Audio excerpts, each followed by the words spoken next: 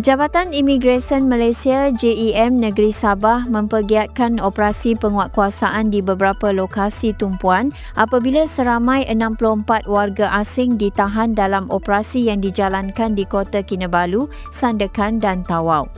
Operasi ini melibatkan pemeriksaan terhadap ratusan individu dan premis dengan kesemua tangkapan dibuat atas dakwaan melakukan pelbagai kesalahan di bawah Undang-Undang Imigresen Negara. Di Kota Kinabalu, menerusi ops selera, seramai 38 individu telah diperiksa. Hasil pemeriksaan, 7 warga asing ditahan kerana disyaki melakukan kesalahan imigresen termasuk tidak mempunyai dokumen perjalanan yang sah serta melanggar syarat PAS yang ditetapkan di bawah Akta Imigresen 1959,63. Tangkapan di kawasan berkenaan melibatkan 6 warga Filipina, terdiri daripada 2 lelaki dewasa dan 4 perempuan dewasa, selain seorang lelaki dewasa warga Pakistan. Sementara itu, di Sandakan, JIM menjalankan ops bersama dan ops kutip dengan seramai 145 individu diperiksa. Daripada jumlah tersebut, 28 warga asing ditahan kerana disyaki melakukan pelbagai kesalahan imigresen.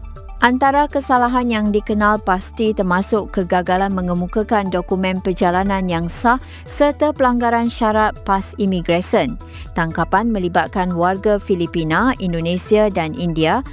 Di Tawau pula, menerusi ops kutip dan ops belanja, seramai 66 individu diperiksa dan 29 warga asing ditahan. Tangkapan membabitkan warga Filipina dan Indonesia, termasuk lelaki serta perempuan dewasa dan beberapa individu bawah umur.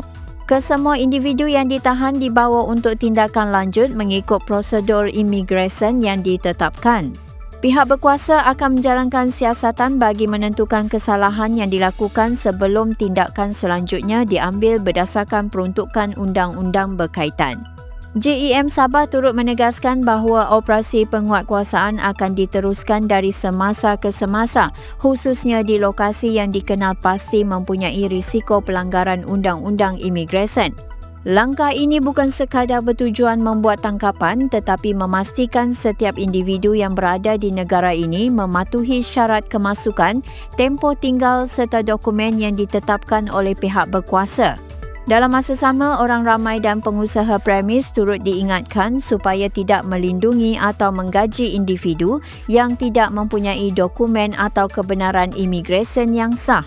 Pematuhan terhadap undang-undang imigresen adalah tanggungjawab semua pihak.